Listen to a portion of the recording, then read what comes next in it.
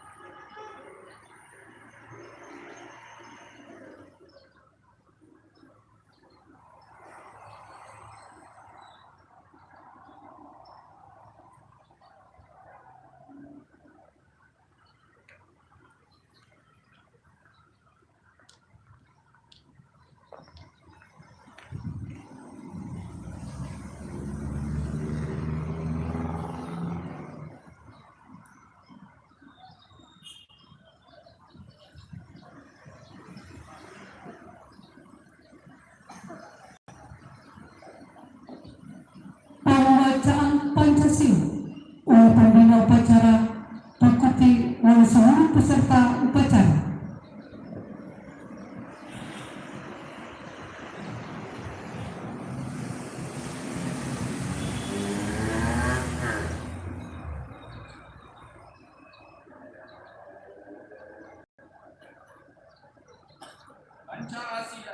Pancas.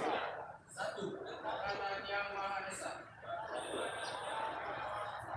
Dua, kemanusiaan yang adil dan beradab. Tiga, persatuan Indonesia. Empat, kerakyatan yang dipimpin oleh hikmat kebijaksanaan dalam bermusyawaratan perwakilan. Lima, keadilan sosial bagi seluruh rakyat Indonesia.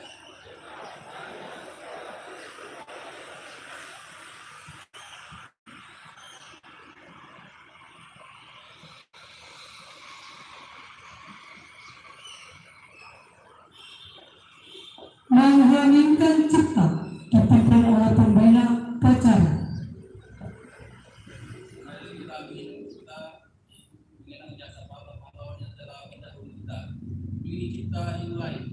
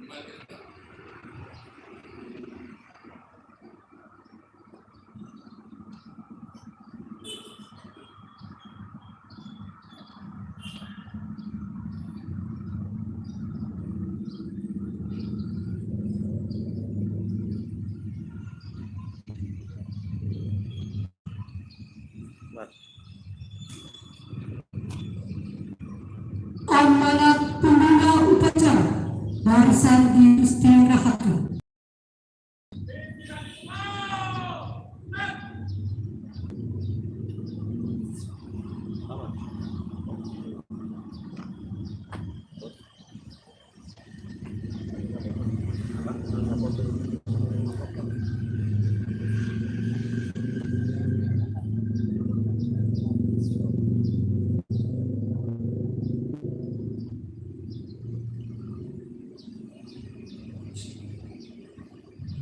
Assalamualaikum warahmatullahi wabarakatuh. Selamat pagi dan salam sejahtera untuk kita semua. Alhamdulillah, syukur kita panjatkan kehadiran Allah Subhanahu wa Ta'ala dan atas limpahan rahmat hidayahnya sehingga pada pagi hari ini kita semua diberi kesempatan untuk berkumpul bersama dalam rangka memperingati acara Hari Ulang Tahun Kemerdekaan Republik Indonesia yang ke-77. Bacakanlah hal amanah dari Presiden Republik Indonesia. Alhamdulillah, Indonesia mendapatkan apresiasi sebagai salah satu negara yang berhasil mengatasi pandemi dan memulihkan ekonomi dengan cepat. Pemulihan ekonomi Indonesia dalam tren yang terus menguat, tumbuh 5,01% di bulan pertama dan menguat signifikan menjadi 5,4% di bulan Februari tahun 2022. Sektor-sektor strategis seperti manufaktur dan perdagangan tumbuh secara ekspansif. Konsumsi masyarakat yang mulai pulih beserta sulitnya kinerja ekspor neraca perdagangan dalam mengalami surplus selama 27 bulan berturut-turut. Sektor manufaktur yang menjadi pemulihan buat menopang tingginya kinerja ekspor nasional.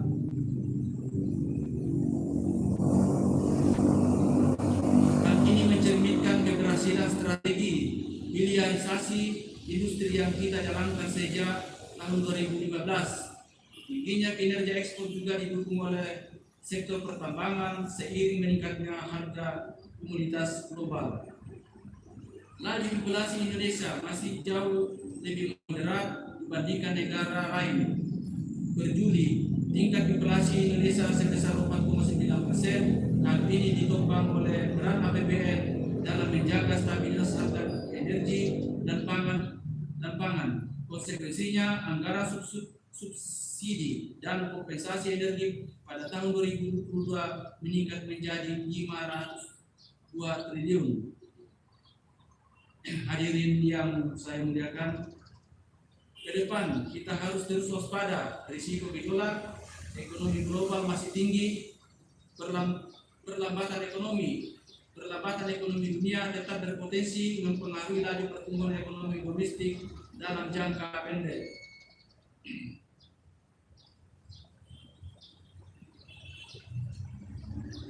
Bank sentral di banyak negara melakukan pengetatan kebijakan moneter secara agresif.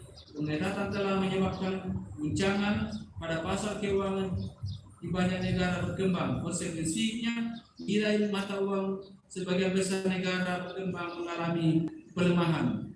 Dengan berbagai tekanan tersebut, IMF memprediksi pertumbuhan ekonomi global melambat signifikan dari 6,1% di tahun 2021 menjadi 3,2% di tahun 2022 dan 2,9% di tahun 2023. Ketidakpastian global tidak boleh membuat kita pesimis. Dalam tahun terakhir kita telah memupuk modal penting untuk menciptakan ekosistem pembangunan yang lebih kondusif, pembangunan infrastruktur secara masif, perbaikan kualitas sumber daya manusia, serta penyederhanaan aturan berusaha dan investasi merupakan upaya-upaya kunci untuk memperkuat fondasi perekonomian nasional menghadapi tantangan masa depan.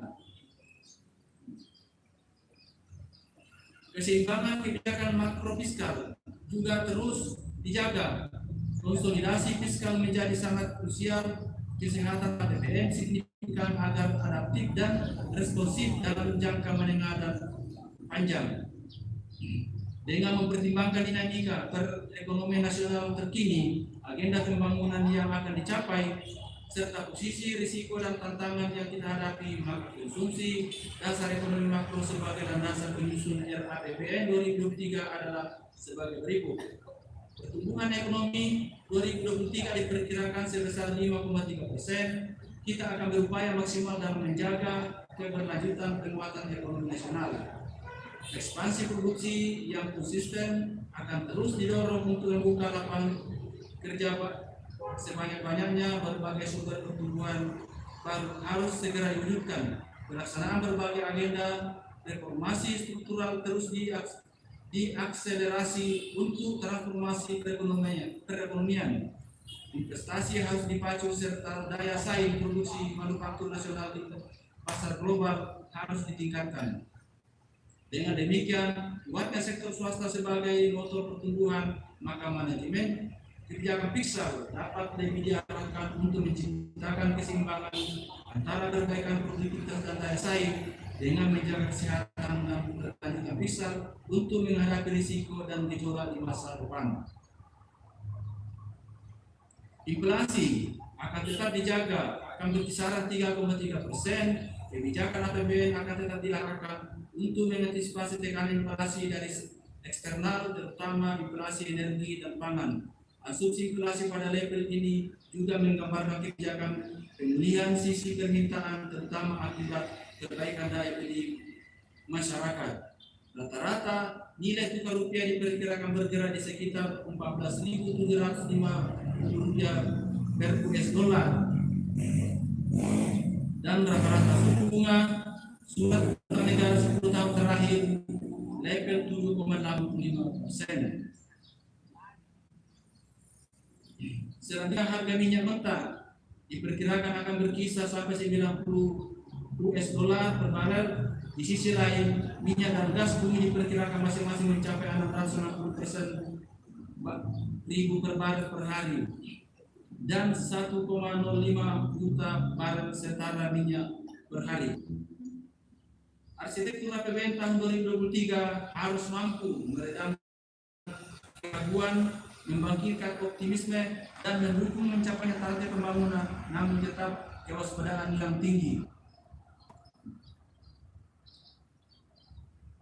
APBN harus terus berperan sebagai motor penggerak pertumbuhan dan instrumen kontrol kontrasiklus. Karena itu, konsolidasi fiskal yang berkualitas terus kita lakukan sebagai bentuk komitmen pemerintah untuk menjaga agar fiskal tetap sehat, namun juga mampu memelihara momentum pemulihan yang menguat. Konsolidasi fiskal juga merupakan refleksi kesiapsiagaan mengusung tahun baru yang lebih besar. Desain APBN 2023 harus senantiasa waspada, antisipatif, dan responsif terhadap berbagai kemungkinan skenario yang bergerak sangat dinamis dan berpotensi menimbulkan gejolak. Arsitektur fiskal tahun 2023 juga dirancang untuk memperkokoh fondasi perekonomian dalam menghadapi tantangan saat ini maupun di masa yang akan datang. Maka kebijakan fiskal tahun 2023 diarahkan untuk mendukung kebijakan produktivitas untuk transformasi ekonomi yang inklusif dan berkelanjutan. Strategi yang akan ditempuh adalah sebagai berikut. Pertama, APBN 2023 difokuskan pada lima agenda utama, yaitu menguatkan kualitas sumber daya manusia unggul yang produktif, inovatif, dan berdaya saing melalui peningkatan kualitas pendidikan dan sistem kesehatan, serta akselerasi reformasi serta perlindungan sosial. Dua, akselerasi pembangunan infrastruktur mendukung transformasi ekonomi, khususnya pembangunan infrastruktur di bidang energi, pangan, konektivitas, dan serta informasi dan komunitas. Tiga, pemantapan efektivitas implementasi reformasi birokrasi dan penyelenggaraan regulasi. Empat, pelaksanaan revitalisasi industri dan mendorong hilirisasi untuk meningkatkan aktivitas ekonomi yang bernilai tambah tinggi dan berbasis ekspor. 5. Mendorong pangan dan pembangunan ekonomi hijau. Tahun 2023 merupakan momentum untuk melaksanakan konsolidasi fiskal yang berkualitas agar pengelolaan fiskal tetap terjaga keseimbangan antara kemampuan dengan upaya pengendalian risiko pembiayaan.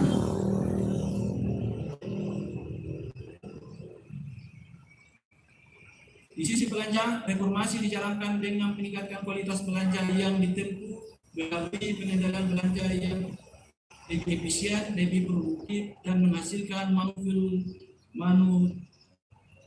multi efek yang kuat terhadap perekonomian serta efektif untuk mendukung program-program pembangunan dan peningkatan kesejahteraan masyarakat. Inovasi di sisi pembiayaan difokuskan untuk mendorong pembiayaan yang fleksibel serta kehati-hatian melalui kerjasama pemerintah badan usaha yang lebih berintegrasi dalam pembiayaan infrastruktur, penguatan peran lembaga pengelola investasi serta pendalaman pasar obligasi negara.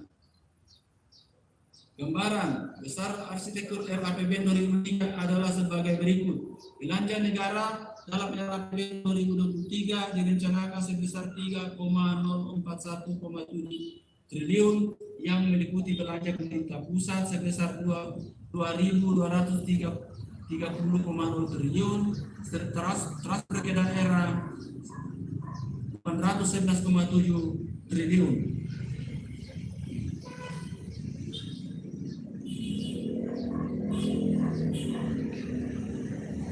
Upaya peningkatan kualitas sumber daya manusia Indonesia ditekankan pada 5 hal, yaitu peningkatan akses pendidikan pada seluruh jenjang pendidikan, peningkatan kualitas sarana prasarana, menunjang kegiatan pendidikan terutama di daerah terluar, tertinggal dan terdepan, penguatan link and match dengan pasar kerja, pemerataan kualitas pendidikan serta penguatan kualitas layanan PAUD. Selanjutnya, pemerintah juga berkomitmen untuk memperkuat investasi di bidang pendidikan, antara lain dengan mendukung perluasan program beasiswa, pengajuan kebudayaan, penguatan perguruan tinggi kelas dunia, dan pengembangan riset dan inovasi. Pembangunan infrastruktur dianggarkan 392,0 triliun yang diarahkan untuk mendukung penguatan penyediaan pelayanan dasar, mendukung peningkatan produktif melalui infrastruktur konektivitas dan mobilitas, penyediaan infrastruktur energi dan pangan yang terjangkau, andal, dan memperhatikan aspek lingkungan serta pemerataan infrastruktur dan akses TIK.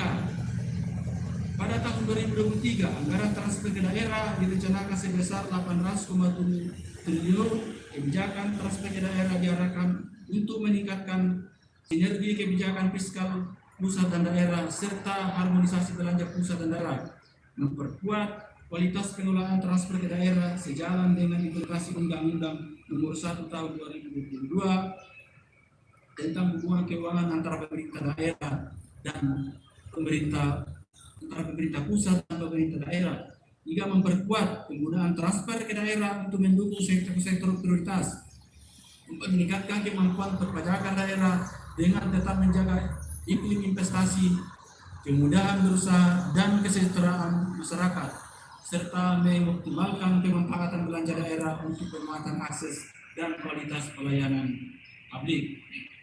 Untuk menjalankan agenda pembangunan tersebut, pendapatan negara pada tahun 2023 dirancang sebesar 2.443,6 triliun yang terdiri dari penerimaan perpajakan sebesar 2.016,9 triliun dan penerimaan negara bukan pajak sebesar 426,3 triliun. Mobilisasi pendapatan negara dilakukan dalam bentuk optimalisasi penerimaan pajak maupun reformasi pengurangan BNPB. Untuk memperkuat kemandirian dalam pendanaan pembangunan, kita akan meneruskan reformasi perpajakan. Reformasi perpajakan dilakukan melalui perluasan basis pajak, peningkatan kepatuhan serta perbaikan tata kelola dan administrasi perpajakan dalam rangka peningkatan rasio perpajakan. Selain itu, pemberian berbagai insentif perpajakan yang tepat dan terukur diharapkan mampu mendorong percepatan pemulihan dan peningkatan daya saing investasi nasional serta memacu transformasi ekonomi. Dengan mencerminkan kebutuhan belanja negara dan optimalisasi pendapatan negara, maka defisit anggaran tahun 2023 direncanakan sebesar 2,80% terhadap PDB atau 598,2 triliun Defisit anggaran tahun 2023 merupakan tahun pertama kita kembali ke defisit maksimal 3% terhadap PDB. Defisit tersebut akan dibiayai dengan pemanfaatan sumber-sumber pembiayaan yang aman dan dikelola secara berhati-hati dengan menjaga berkelanjutan fiskal. Dengan pengelolaan fiskal yang kuat disertai dengan aktivitas dalam mendorong transformasi ekonomi dan perbaikan kesejahteraan rakyat di tingkat pengangguran terbuka tahun 2023 diharapkan dapat ditekan dalam kisaran 5,3% hingga 6,%. Maka kemiskinan dalam rentang 7,5 hingga 85%, rasio ini dalam kisaran 0,375 hingga 0,378, serta indeks pembangunan manusia dalam rentang 73,3 hingga 73,49. Selain itu nilai tukar petani dan nilai tukar nelayan juga ditingkatkan untuk mencapai kisaran masing-masing 105 sampai 107 dan 107 sampai 108. Demikianlah keterangan dari pemerintah rancangan undang-undang tentang anggaran pendapatan belanja negara tahun 2023 serta nota keuangan besar.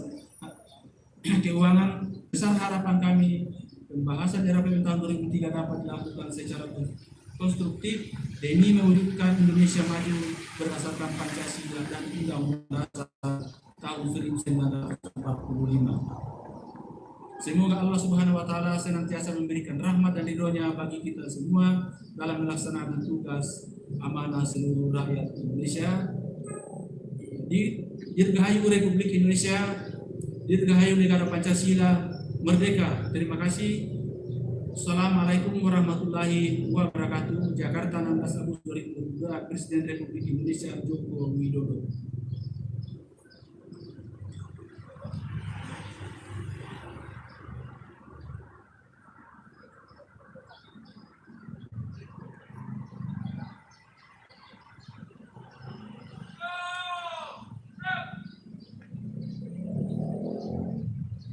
Pembacaan doa.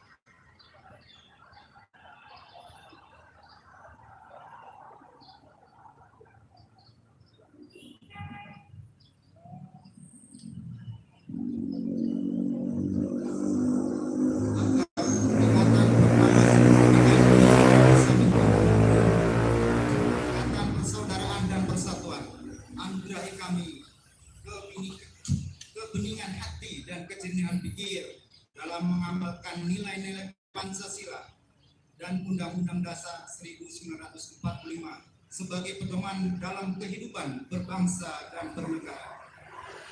Dalam wadah negara kesatuan Republik Indonesia. Ya Allah, ya Tuhan yang Maha Pemurah, negeri ini punya cita, mudahkanlah dalam menggapainya. Hindarkan Nusantara kami dari bencana dan mara bahaya. Angkatlah pandemi COVID-19 ini agar kami dapat kembali beraktivitas normal.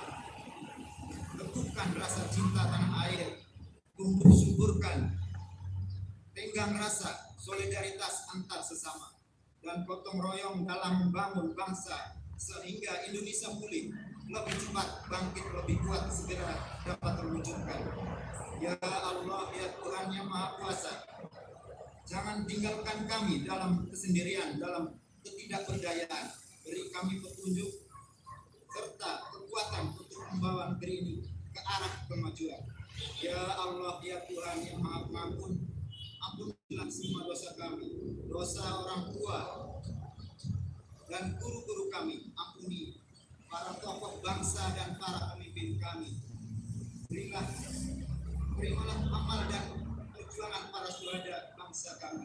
mereka yang telah berkorban jiwa raga, darah dan air mata dalam upaya kemerdekaan negeri ini. Masukkanlah mereka ke surgamu, muliakanlah kedudukan mereka di sisimu. Ya Allah, kami akan selalu berharap limpahan rahmat-Mu. Kami akan selalu meminta keluasan ampunan-Mu. Kiranya Engkau selalu mengabulkan doa hamba-hamba-Mu. Rabbana atina fid dunya hasanah wa fil akhirati hasanah wa qina adzabannar. Wassalamu ala mursalin walhamdulillahi rabbil alamin.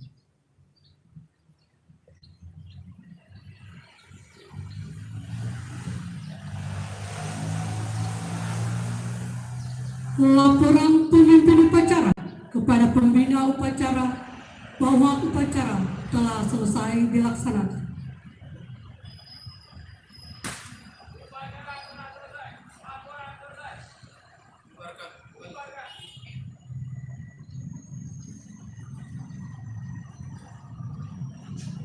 Penghormatan umum kepada pembina upacara.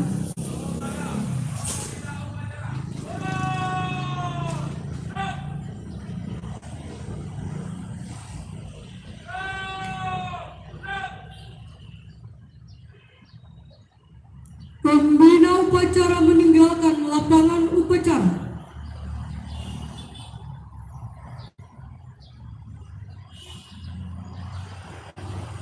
Barisan dibubarkan oleh pemimpin upacara.